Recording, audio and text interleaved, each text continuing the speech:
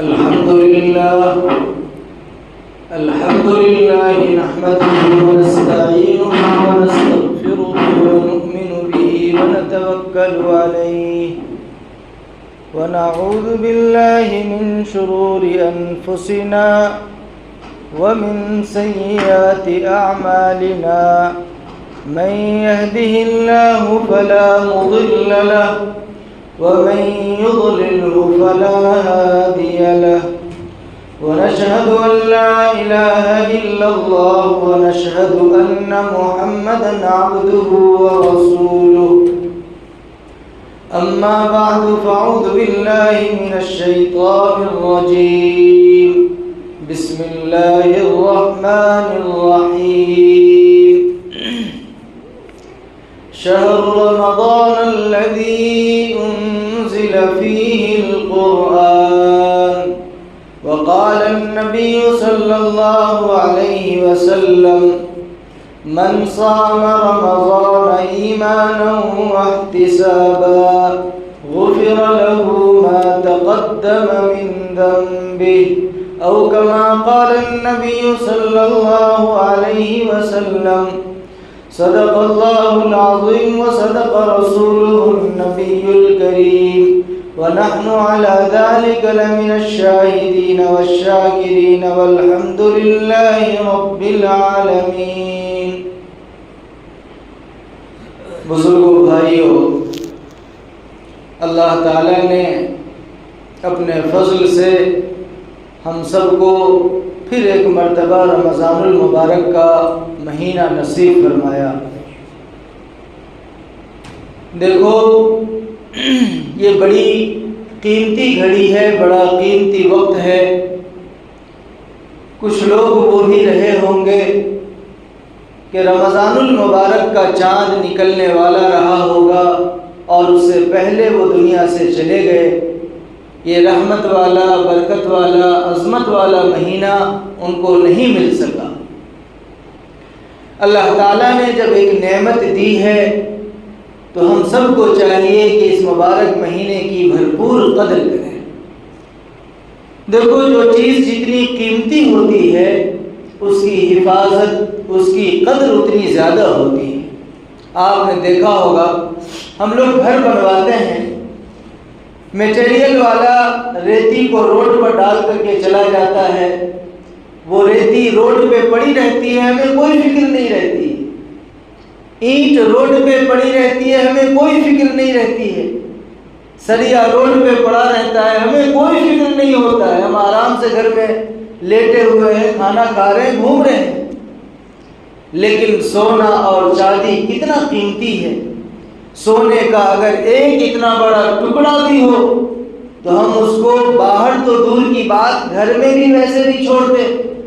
کپڑے میں، تھیلے میں پیک کر کے اس کو کسی محفوظ جگہ کباڑ میں ہم رکھ دیتے ہیں کہ کسی کو پتہ نہ چلے. سونا چاندی قیمتی ہے تو اس کی حفاظت بہت زیادہ ہوتی ہے. جب ہم گھر کو لاک کر کے باہر جاتے ہیں پھر بھی ہمارا دماغ گھر پہ ہی رہتا ہے کہ کہیں میرا سونا غائب نہ ہو جائے، چاندی غائب نہ ہو جائے، پیسہ کباڑ میں سے نہ نکل جائے. کیوں؟ پیسہ قیمتی ہے، سونا قیمتی ہے، چاندی قیمتی ہے. میرے بھائیوں، یہ سال کے 12 مہینے جو اللہ نے بنائے ہیں، رمضان کی مثال ہماری زندگی کے لیے ایسے ہی ہے جیسے دنیا کی کرنسی میں ہمارے لیے سونا ہے، ہمارے لیے چاندی ہے، ہمارے لیے پیسہ ہے. ہم سب کو اس کے ایک ایک لمحہ کی قدر کرنا چاہیے. ایسا نہ ہو کہ ایک ایک لمحہ اس کا کوئی لمحہ ضائع ہو جائے. اور آپ کو معلوم ہونا چاہیے اگر کسی کا سونا گم ہو جائے تو دوبارہ زندگی میں وہ کما سکتا ہے. پیسے اگر گم ہو جائے، کوئی چرا لے تو زندگی میں اگر مقدر میں ہوگا تو دوبارہ اس کو مل سکتا ہے. لیکن اگر رمضان المبارک کا اتنا قیمتی مہینہ ہماری زندگی سے چلا جائے اور ہم اس سے فائدہ نہ حاصل کر سکیں تو دوبارہ یہ زندگی میں ہمیں کبھی نہیں مل سکتا ہے. آپ نے فضائل اعمال کی تعلیم میں سنا ہوگا، ہمارے اور آپ کے آقا تاجدار مدینہ محمد عربی صلی اللہ علیہ وسلم نے فرمایا کہ برباد ہو جائے وہ آدمی، ہلاک ہو جائے وہ آدمی کہ رمضان کا مہینہ جس کی زندگی میں آ کر چلا جائے اور وہ اس کی مغفرت نہ ہو سکے۔ آپ اسے اندازہ لگاؤ کہ یہ رمضان کا مہینہ ہماری زندگی میں کتنا قیمتی ہے کہ اس کے برباد ہو جانے پر، اس کے ضائع ہو جانے پر، اس کی قدر نہ کرنے پر ہمارے اور آپ کے آقا تاجدار مدینہ محمد عربی صلی اللہ علیہ وسلم نے فرمایا کہ گویا وہ آدمی برباد ہو گیا، وہ آدمی تباہ ہو گیا، اس کی زندگی میں سے سب کچھ لٹ گیا، چھن گیا۔ اس سے اندازہ لگائیے یہ رمضان کا مہینہ ہماری زندگی میں کتنا قیمتی ہے۔ یہ اللہ تعالیٰ نے ہمیں رمضان کا مہینہ دیا ہے، اس میں ہمیں کچھ اعمال کرنے ہیں۔ اپنی زندگی کا ٹائم ٹیبل سیٹ کیجئے، جیسے یہ مسجد کی گھڑی کا ٹائم ٹیبل ہوتا ہے، ٹائم سے یہ بتا دیتی ہے گھڑی کہ کب طلوع ہونے والا ہے، سورج نکلنے والا ہے، کب سورج ڈوبنے والا ہے، کب زوال ہونے والا ہے۔ نماز کے اوقات یہ گھڑی بتاتی ہے۔ اسی طرح ہمیں اپنی زندگی کا ٹائم ٹیبل سیٹ کرنا چاہیے۔ من مانی میں زندگی برباد ہو جاتی ہے، کوئی فائدہ نہیں ہوتا۔ اس لیے سب سے پہلے اگر رمضان کی قدردانی کرنی ہے تو اپنی زندگی کا ٹائم ٹیبل سیٹ کیجئے۔ کتنے بجے سے کتنے بجے تک سونا ہے، کتنے بجے اٹھنا ہے، کاروبار کے لیے، دکان کے لیے جانا ہے، کب قرآن کریم کی تلاوت کرنی ہے، کب اللہ کے سامنے ہاتھ پھیلانا ہے، دعا مانگنی ہے، کب افطاری کا سامان لانا ہے، کب گھر میں بچوں کو وقت دینا ہے۔ یہ پورا 24 گھنٹے کا اپنا ٹائم ٹیبل اگر کوئی سیٹ کر لے تو اس کا وقت 24 گھنٹہ آرام سے اور ایک ایک لمحے کی قدردانی کے ساتھ گزر جائے گا۔ ورنہ ہوگا یہ کہ کبھی ہم 1 گھنٹہ سوئیں گے، 2 پارے کی تلاوت کریں گے، اور کبھی 8 گھنٹہ سوئیں گے، تلاوت بھی ہفتے ہفتے غائب ہو جائے گی، تلاوت کرنے کی توفیق ہی نہیں ہو۔ اس لیے اپنی زندگی کا ٹائم ٹیبل سیٹ کیجئے۔ رمضان کا مخصوص عمل، مخصوص عبادت اور سب سے اہم ترین عبادت روزہ ہے۔ سب سے اہم اور سب سے عظیم عبادت روزہ ہے۔ میرے بھائیوں، آج کل روزے میں بڑی سستی، ہر عبادت کی لائن میں سستی پائی جا رہی ہے۔ خاص طور سے روزے کے معاملے میں نوجوانوں میں بڑی سستی پائی جاتی ہے۔ بہانہ ہوتا ہے کہ دھوپ بہت تیز ہے، کام کرنا ہے، جاب کرنا ہے، روزہ مجھ سے نہیں ہو سکتا۔ آپ اندازہ لگاؤ کہ اللہ کے نبی صلی اللہ علیہ وسلم کی زندگی میں 9 مرتبہ رمضان کا مہینہ آیا۔ جب سے رمضان کا روزہ فرض ہوا، آپ کی زندگی میں 9 مرتبہ رمضان کا مہینہ آیا، اور 9 کے 9 مرتبہ گرمی میں آیا۔ اگر گرمی کا روزہ امت کی طاقت سے باہر کی چیز ہوتی تو اللہ تعالیٰ اس امت کو گرمی میں چھٹی دے دیتا کہ رمضان کا روزہ گرمی میں رکھنے کی ضرورت نہیں۔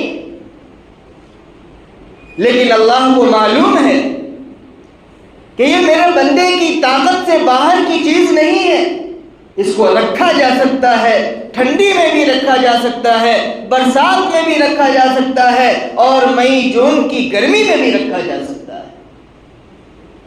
اللہ کے نبی علیہ السلام نے 1-2 سال نہیں بلکہ 9 سال گرمی میں روزے رکھ کر کے قیامت تک آنے والی امت کو بتا دیا کہ گرمی میں بھی روزہ رکھا جا سکتا ہے۔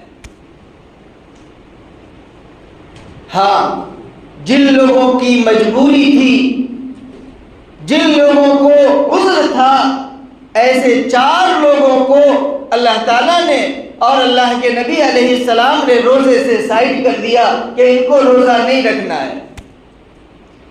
کسی عورت کو ماہواری آ جائے، شریعت کا حکم ہے وہ روزہ نہیں رکھے گی، بعد میں قضا کرے گی۔ کسی عورت کی ڈیلیوری ہو جائے، ڈیلیوری کے بعد جو بلڈ آتا ہے جب تک آئے شریعت نے اس کو سائڈ کر دیا کہ روزہ نہیں رکھنا ہے، بعد میں قضا کرے گی۔ کوئی آدمی مسافر ہے، سفر شرعی 78 کلومیٹر 80 کلومیٹر کی دوری پر جا رہا ہے، اب وہاں جا کر اس کے رہنے کا ٹھکانہ نہیں، اس کی سحری کا ٹھکانہ نہیں، اس کے کھانے کا ٹھکانہ نہیں، پرابلم ہو سکتی تھی، تکلیف پیش آ سکتی تھی۔ اللہ تعالیٰ کو اپنے بندے کی تھوڑی تکلیف بھی دیکھی نہیں جا سکتی۔ اگر اللہ چاہتا تو کہہ دیتا کہ تو کہیں بھی ہو، سفر میں ہو کہ گھر پہ ہو، تجھے روزہ رکھنا پڑے گا، لیکن اللہ کی محبت پر قربان چاہیے۔ اللہ نے کہا یہ بندہ سفر پر جا رہا ہے، یہ اپنے گھر سے باہر جا رہا ہے، اس کی سحری کا ٹھکانہ نہیں، اس کی افطار کا ٹھکانہ نہیں، اس کے سونے کا ٹھکانہ نہیں، اللہ نے مسافر سے روزہ معاف کر دیا، بعد میں قضا کر دی۔ اسی طرح چوتھا آدمی جس سے اللہ تعالیٰ نے روزہ معاف کر دیا وہ بوڑھا ہے، جو اتنے بڑھاپے کو پہنچ گیا جو روزہ نہیں رکھ سکتا ہے، بالکل بوڑھا ہو گیا، اتنا بوڑھا ہو گیا کہ وہ روزہ رکھنا اس کی طاقت سے باہر ہے۔ اللہ تعالیٰ نے شریعت نے یہ حکم دیا کہ وہ روزہ نہ رکھے، اس کے بدلے میں فدیہ دے۔ جن لوگوں کو روزہ رکھنے کی طاقت نہیں تھی اللہ تعالیٰ نے ان کا بدل اور اللہ تعالیٰ نے اس کا عوض متعین کر دیا، لیکن جن لوگوں کو روزہ رکھنے کی طاقت ہے اگر وہ عذر کرتے ہیں، وہ عذر اور وہ بہانہ اللہ کے یہاں قابل قبول نہیں ہوگا۔ بہت سارے نوجوان، ابھی تو اتنی گرمی بھی نہیں ہے، گرمی کی سٹارٹنگ ہے، ابتدا ہے، ہم لوگ اے سی میں بیٹھے ہوئے ہیں، بہانہ کرتے ہیں کہ دھوپ بہت تیز ہے۔ اللہ کے نبی صلی اللہ علیہ وسلم کے زمانے میں ایک غزوہ ہوا تھا، غزوہ تبوک، عرب سے باہر جانا تھا اور بہت زیادہ گرمی کا زمانہ تھا۔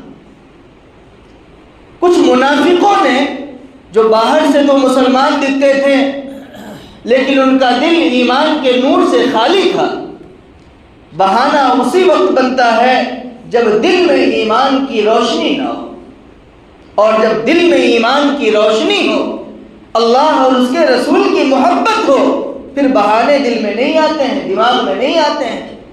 ان منافقین نے بہانہ کیا کہ اللہ کے نبی بڑی تیز دھوپ ہے، بڑی سخت گرمی ہے، اگر یہ گرمی نہ ہوتی، یہ دھوپ نہ ہوتی تو ہم آپ کے ساتھ لڑائی کرنے کے لیے جاتے، لیکن یہ دھوپ اور گرمی میں جانا ہماری طاقت سے باہر ہے۔ قرآن کریم کی آیت نازل ہو گئی کہ اے نبی، آپ ان بہانہ بنانے والے منافقین کو کہہ دیجئے قُلْ نَارُ جَهَنَّمَ أَشَدُّ حَرًّا، کہ دنیا کی دھوپ تمہیں زیادہ معلوم ہوتی ہے، دنیا کی گرمی تمہیں زیادہ معلوم ہوتی ہے، اے نبی ان بہانہ بنانے والے منافقین کو کہہ دیجئے کہ جہنم کی گرمی دنیا کی گرمی سے زیادہ ہو۔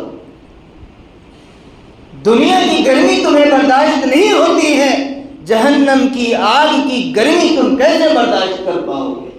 جہنم سے بچنا ہے تو اسی دنیا کی دھوپ اور گرمی میں روزہ رکھنا ہوگا۔ اگر اس دنیا کی دھوپ اور گرمی میں تم کہتے ہو کہ روزہ نہیں رکھ پاؤں گا، اللہ نے کہا جہنم میں جانا پڑے گا، وہاں کی گرمی، وہاں کی آگ تو یہاں سے زیادہ تکلیف دینے والی ہو۔ اس لیے میرے بھائیوں، محبت کے ساتھ، دل کے ساتھ معاف کرے اللہ، ہم سب کو معاف کرے۔ آج کل رمضان کے آنے سے ہمارے دل میں تنگی ہو جاتی ہے۔ مومن کو ایمان کا تقاضا یہ ہے کہ ہمیں خوشی ہونی چاہیے کہ اللہ تعالیٰ نے رمضان کا مہینہ دیا، لیکن اللہ معاف فرمائے بہت سارے لوگوں کے دل میں تنگی ہوتی ہے کہ ہماری آزادی ختم ہو رہی ہے، کھانے کی آزادی، گھومنے کی آزادی ختم ہو رہی، دل میں تنگی اور کڑھن پیدا ہوتی ہے، مسلمانوں رمضان کا خوشی کے ساتھ استقبال کرنا چاہیے۔ اللہ کے نبی صلی اللہ علیہ وسلم نے فرمایا، صحیح بخاری کی روایت ہے، من صام رمضان ایمانا واحتسابا غفر له ما تقدم من ذنبه،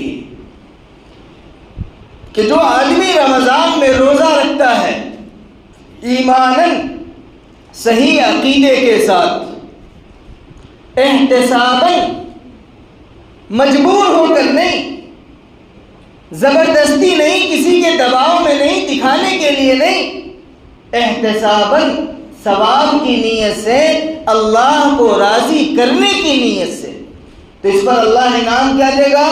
غفر له ما تقدم من ذنبه۔ ادھر رمضان کا پہلا روزہ رکھا، اگر 70 سال کی عمر ہے، اللہ 70 سال پہلے کے سارے گناہوں کو معاف کر دے۔ 80 سال کی عمر ہے، ادھر رمضان کا پہلا روزہ شروع ہوا، ادھر 80 سال کے گناہ، اللہ نے فرشتوں کو کہا یہ بندہ مجھے راضی کرنے کے لیے روزہ رکھ رہا ہے، اس کے نام اعمال سے 80 سال کے گناہوں کو مٹا دو۔ کتنی بڑی فضیلت ہے۔ ایک حدیث میں اللہ کے نبی صلی اللہ علیہ وسلم نے ارشاد فرمایا، سنن نسائی حدیث شریف کی کتاب ہے، اس میں حدیث آئی ہے، الصوم جنہ ما لم یخرقہ، کہ روزہ ڈھال ہے جب تک کہ بندہ اس کو پھاڑ نہ دے۔ ڈھال کا کیا مطلب ہے؟ پرانے زمانے میں جب فیس ٹو فیس جنگیں ہوتی تھی، سامنے سامنے جنگیں ہوتی تھی، تو لوہے کا ایک کرتا آتا تھا، لڑنے والے جنگجو وہ کرتا پہن لیتے تھے تاکہ دشمن کی تلوار، دشمن کا نیزہ، دشمن کا بھالا اس کے بدن پر نہ لگے۔ اس کو ڈھال کہتے ہیں، عربی میں اس کو جنہ کہتے ہیں۔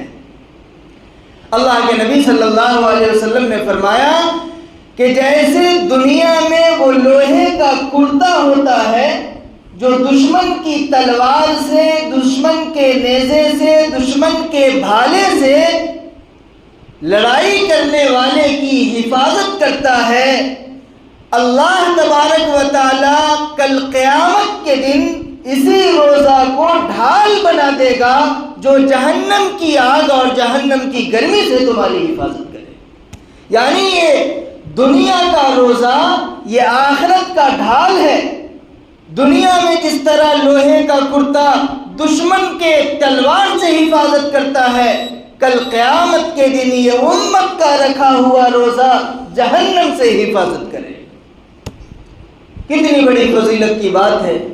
اس لیے میرے بھائیوں، روزے کو بوجھ نہ سمجھو، خوش دلی کے ساتھ اور اللہ کو راضی کرنے کے لیے یہ روزہ رکھو، اور یاد رکھو کہ ہر عبادت ایسے کرنی چاہیے جیسے میری آخری عبادت ہو۔ جتنے لوگ ہمارے ساتھ پچھلے سال رمضان میں تھے، ان کو یہ معلوم تھا کہ اگلے سال رمضان میں میں نہیں رہوں گا؟ ابھی آپ لوگ، ہم لوگ جتنے یہاں موجود ہیں، کیا ہم میں کا کوئی یہ کہہ سکتا ہے کہ اگلا رمضان اس کو ملے گا؟ کوئی نہیں کہتا۔ اسی لیے اللہ کے نبی صلی اللہ علیہ وسلم نے ایک حدیث میں فرمایا کہ جب تم نماز پڑھنے کے لیے کھڑے ہو، فصلی صلاۃ مودع، تو ایسی نماز پڑھو گویا کہ وہ تمہاری زندگی کی لاسٹ اور آخری نماز ہو۔ کوئی ظہر تو ہماری زندگی کی آخری ہوگی نا، ایسی ظہر ہوگی کہ اس کے بعد اگلی ظہر ہمیں نہیں ملے گی۔ کوئی عصر تو ہماری زندگی کی آخری ہوگی کہ اس کے بعد ہمیں عصر نہیں ملے گی۔ کوئی مغرب آخری ہوگی، کوئی عشاء آخری ہوگی، کوئی فجر آخری ہوگی، کوئی رمضان آخری ہوگا، کوئی شب قدر آخری ہوگی، کوئی شب برات آخری ہوگی۔ اللہ کے نبی صلی اللہ علیہ وسلم نے اپنی امت کو سکھایا۔ شیطان تو یہ کہے گا کہ چلو یہ رمضان تو ویسے ہی نکال لیتے ہیں، اگلے رمضان سے پورا روزہ رکھوں گا، پورے مہینے کا روزہ رکھوں گا۔ شیطان ہمیں لمبی امید دلائے گا، لیکن اللہ کے نبی نے، ہم سب کے پیارے آقا نے ہم سب کو یہ سکھائے کہ اگلا رمضان تو دور کی بات، یہ بھی پتہ نہیں ہے کہ تو بیٹھا ہے تو کھڑا بھی ہو پائے گا کہ نہیں ہوگا۔ اگلے رمضان کی امید تک اس رمضان کو ضائع نہ کیا جائے۔ یہ شیطان کا کام ہوتا ہے جو انسان کو لمبی لمبی امیدیں دلاتا ہے اور انسان کا جو موجودہ وقت ہے اس کو ضائع کروا دیتا ہے۔ اس لیے میرے بھائیوں، رمضان کی سب سے اہم ترین عبادت اور مخصوص عبادت روزہ ہے، اس میں کسی قسم کی کوئی کوتاہی نہیں ہونی چاہیے۔ دوسری مخصوص عبادت تراویح ہے۔ تراویح صرف رمضان میں ہی ہو سکتی ہے، رمضان کے علاوہ نہیں ہوتی ہے۔ تراویح میں بھی بڑی کوتاہی ہوتی ہے۔ بہت سارے لوگ، امت کا ایک بڑا طبقہ وہ ہے جو تراویح پڑھتا ہی نہیں، اوٹلے پر بیٹھے رہیں گے، گھروں میں بیٹھے رہیں گے، ادھر گپ شپ چالو رہے گی، لیکن تراویح میں ایک بڑا طبقہ نہیں آتا ہے۔ اور جو لوگ تراویح پڑھتے بھی ہیں وہ پورے رمضان کی تراویح نہیں پڑھتے۔ کہیں 10 دن کی تراویح قرآن پورا ہوا، 20 دن کی چھٹی، 5 دن میں قرآن پورا کر لیا چھٹی، 15 دن میں قرآن پورا کر لیا تراویح میں چھٹی، کاروبار میں لگ گئے۔ یہاں پر یہ مسئلہ یاد رکھو کہ پورے رمضان تراویح کا پڑھنا سنت مؤکدہ ہے۔ پورے رمضان تراویح کا پڑھنا سنت مؤکدہ ہے۔ 5 دن، 10 دن، 15 دن پڑھنے کے بعد جتنے دن آپ تراویح نہیں پڑھو گے اتنے دن سنت مؤکدہ چھوڑنے کا گناہ ہوگا۔ جب تک کہ عید کا چاند نہ نکل جائے اس وقت تک، اس آخری رات تک تراویح کا پڑھنا ضروری۔ اس لیے اب جیسے جیسے رمضان کے دن آگے بڑھ رہے ہیں، مسجدیں پیچھے سے سب خالی ہو رہی، کھسک رہی ہے۔ ایسا نہ کرو، ہم اللہ کے لیے پڑھ رہے ہیں نا، جس اللہ کے لیے ہم نے پہلے رمضان کو پڑھا تھا وہی اللہ ہمیشہ ہے اور ہمیشہ رہنے والا ہے۔ 30 رمضان تک وہی اللہ ہے۔ 4 رمضان کے بعد، 5 رمضان کے بعد کوئی چینجنگ نہیں ہونے والی ہے۔ جس اللہ کے لیے ہم نے پہلے رمضان کو پڑھا، دوسرے کو پڑھا، تیسرے کو پڑھا، چوتھے کو پڑھا، 5ویں کو پڑھا، اسی اللہ کے لیے ہم سب کو 30 دن آخری رمضان تک تراویح پڑھنی ہے۔ پڑھیں گے بھائی؟ بہانے نہ بنائیں۔ اللہ کا قرآن ہے، اللہ تعالیٰ نے یہ آج ان لوگوں کو جا کر دیکھیے جن کے دل میں یہ کسک ہو رہی ہوگی کہ ہم بھی اپنے محلے کی مسجد میں تراویح پڑھتے، لیکن ظالموں نے ان پر ایسا ظلم کر رکھا ہے کہ وہ چاہ کے بھی نہیں پڑھ پا رہے۔ ان کے دل سے جا کے پوچھو، ان کو بھی اپنے محلے کی مسجد یاد آ رہی ہوگی، اپنے امام صاحب یاد آ رہے ہوں گے، اپنے بانگی صاحب یاد آ رہے ہوں گے، اپنے مسجد کی اذان یاد آ رہی ہوگی، اپنی مسجد کا رمضان یاد آ رہا ہوگا، اپنی مسجد کی تراویح یاد آ رہی ہوگی، دل میں کسک اٹھتی ہوگی، درد اٹھتا ہوگا، آنکھ سے آنسو بہہ جاتے ہوں گے، لیکن بیچارے کچھ نہیں کر پاتے ہیں۔ اس لیے اللہ نے ہمیں جو وقت دیا ہے ہم اللہ کے گھر میں اس وقت کو گزاریں، روزے میں گزاریں، تراویح میں گزاریں، اور اپنے ان مظلوم بھائیوں کو بھی اپنی دعاؤں میں یاد رکھیں۔ تو دوسری چیز جو ہمیں وقت گزارنا ہے تراویح میں گزارنا ہے، اور تیسری چیز میرے بھائیوں وقت ختم ہو رہا ہے، قرآن کریم کی تلاوت میں گزارنا ہے۔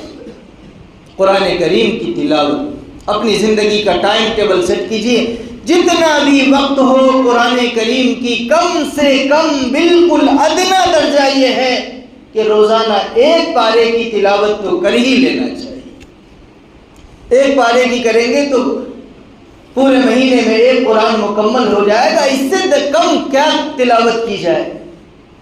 صحابہ کی کوشش تو یہ ہوتی تھی، اللہ کے نبی کو کہتے تھے کم کرو، وہ اللہ کے نبی کو کہتے تھے اللہ کے نبی میں تو اس سے زیادہ کر سکتا ہوں، اللہ کے نبی کو کہتے تھے اللہ کے نبی میں اس سے بھی زیادہ کر سکتا ہوں، لیکن ہمارا ایمان تھوڑا کمزور ہو گیا ہے، ہم لوگوں کے اندر کمزوری آ گئی ہے، تو کم سے کم ایک پارے کی تلاوت تو ہم روزانہ کر لیا کریں۔ یہ تو تلاوت کی بات ہے۔ اللہ کے نبی صلی اللہ علیہ وسلم نے یہ بھی فرمایا کہ رمضان کے مہینے میں 2 وظیفہ پڑھا کرو۔ نمبر 1 کلمہ طیبہ لا الہ الا اللہ محمد الرسول اللہ، اور استغفار استغفر اللہ استغفر اللہ استغفر اللہ، اتنا بھی کہہ سکتے ہیں استغفر اللہ ربی من کل ذنب واتوب الیہ۔ کہیں بھی آپ دکان پہ ہو، گاہک سے فری ہو جاؤ، تسبیح رکھو، استغفر اللہ استغفر اللہ استغفر اللہ چالو کر دو، لا الہ الا اللہ لا الہ الا اللہ محمد الرسول اللہ چالو کر دو۔ ان تسبیحات کے لیے باوضو ہونا بھی ضروری نہیں ہے۔ آپ دکان میں بیٹھے بیٹھے دکان چلانے کے ساتھ اللہ کا ذکر کر سکتے ہیں۔ اور 2 دعائیں خاص طور پر مانگنی ہیں۔ پہلی اللہ تعالیٰ سے جنت مانگنی، اللہم انی اسألک الجنہ، جنت مانگنی ہے، اور جہنم سے پناہ مانگنی ہے، اللہم انی اعوذ بک من النار۔ یہ سب چیزیں اللہ کے نبی صلی اللہ علیہ وسلم ہم کو سکھا کر کے گئے، ورنہ ہمیں یہ بھی پتہ نہیں چلتا کہ اس مبارک مہینے میں کیا مانگنا ہے، کیا پڑھنا ہے۔ تو میرے بھائیوں، یہ روزہ ہے، تراویح ہے، قرآن کریم کی تلاوت ہے، کلمہ کی تسبیح ہے، استغفار ہے، جنت کو مانگنا ہے، جہنم سے پناہ مانگنی ہے۔ ان چیزوں کے ساتھ اپنے رمضان کو گزاریں اور یہ کوشش کریں کہ ایک لمحہ بھی ہماری زندگی کا ضائع نہ ہو۔ اخیر کے 10 دنوں میں اعتکاف ہوتا ہے۔ اعتکاف ہم لوگوں نے بوڑھوں کے ساتھ خاص کر دیا ہے، جو دنیا کے کاموں سے ریٹائر ہو گیا ہو، جن کا کوئی کام نہ ہو، ہم لوگ محلے میں ایسے لوگوں کو ڈھونڈتے۔ حالانکہ اعتکاف عبادت ہے، اور یہ عبادت ہر بالغ کر سکتا ہے۔ اس لیے ابھی سے اپنے کام کی سیٹنگ کریں، اور ہر آدمی یہ کوشش کرے کہ اس سال میں بھی اعتکاف میں بیٹھوں۔ کام سے فرصت آخری سانس تک ملنے والی نہیں ہے۔ اسی زندگی میں کسی نہ کسی رمضان میں کم سے کم میرا بھی حصہ لگے کہ میں بھی اعتکاف میں بیٹھوں۔ وہ کون سا رمضان آئے گا؟ ہر آدمی یہ کوشش کرے کہ یہی رمضان ہے کہ جس میں میں بھی انشاءاللہ اعتکاف میں بیٹھوں گا۔ اس لیے اپنے کام کی ابھی سے سیٹلمنٹ شروع کریں۔ ہم کہیں پر سفر پہ جاتے ہیں، بچوں کو گھمانے کے لیے جاتے ہیں، شادی کے لیے جاتے ہیں، رشتہ داروں کے لیے جاتے ہیں، دکان کی ہفتوں چھٹی ہو جاتی ہے، کسی کو ہم کہہ کے جاتے ہیں، سیٹ کر کے جاتے ہیں، تو کیا ایک ہفتے کے لیے ہم سیٹ نہیں کر سکتے؟ کسی کو اپنی جگہ نہیں بیٹھا سکتے؟ اگر دل ہی نہ چاہے تو بہانے ہزار ہیں۔ اگر ہمارا ارادہ ہی نہ ہو تو پھر سیٹنگ کیسے ہوگی؟ اسی لیے اللہ کو راضی کرنے کے لیے ہر آدمی ہر بالغ یہ کوشش کرے کہ انشاءاللہ میں بھی اعتکاف میں بیٹھوں گا، اور اس کی کوشش ابھی سے شروع کر دے۔ اللہ تعالیٰ مجھے بھی اور آپ کو کہیں سنی ہوئی باتوں پر عمل کرنے کی توفیق نصیب فرمائے۔ وآخر دعوانا الحمدللہ رب العالمین۔